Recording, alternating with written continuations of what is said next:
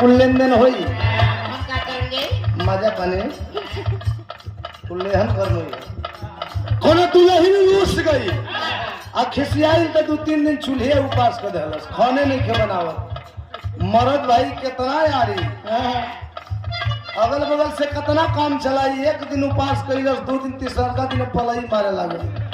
गलत किए भाई तो देखत है तो ऐसे तो जल्दी कुहाले ना बड़ा शरीफ ही लेकिन जरूर बुझाता जाने में कोनो हमसे दिक्कत भयल बा चली चल के पूछ ले समझ ले मना ले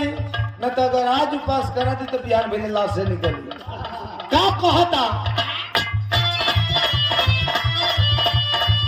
अरे खाना पीना ना बनैले बाड़ी भोरे से मुंह लटकैले बाड़ी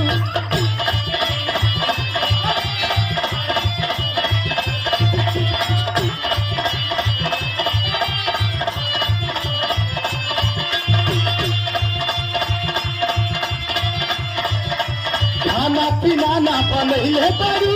भोरे से मुंह लटकैले बाड़ी काहे बेचैनी में बाड़ी करे जा देखल न जाता तोर पुतरो तो मेरा ये कहतिया कि हला करतिया सैया दिनो तरफ रगड़ी ले ले के बरफ कि हला करतिया सैया दिनो तरफ